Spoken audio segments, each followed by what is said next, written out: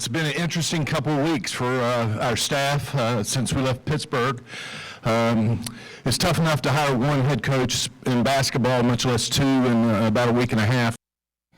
To Mark Wharton's credit and everyone involved, the Mocs did exactly that. And both new head coaches come with rave reviews and inside knowledge of the Southern Conference. We'll get to the women's hire, Shawn Poppie, with help from sports reporter Ben Bobick in just a bit. First up, a get to know you with men's head coach Dan Earl. Earl was introduced today inside UTC's University Center. We've spent the last week going over his bio. By now, we all know it wasn't easy for him to win at VMI, where he spent the last 7 years. As for the style he plans to bring to Chattanooga, it's much of the same that you saw at VMI. They're going to move the ball around fast and put up shots, a lot of shots. Side note, VMI the last 2 years was top 2 in the entire nation in three-pointers made and three-pointers taken.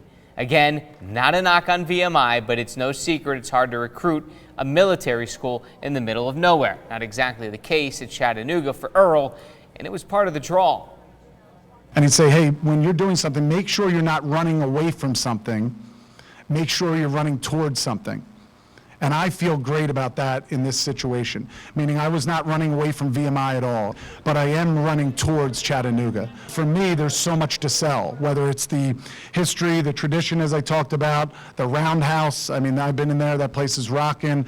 The upgrades, the facilities that are going on, the wonderful academics and education we have to sell here. The city of Chattanooga, the community, the people. Sure. All right, so now we transition to the women's side. It was a 2-for-1 deal in the University Center, the Chattanooga room. All things Chattanooga today. Sports reporter Ben Bobick has the latest from the introductory press conference with Lady Mocs head coach Shawn Poppie. Mocs athletic director Mark Wharton said it best when it comes to new head women's basketball coach Shawn Poppie. There was no second choice. There was only one choice.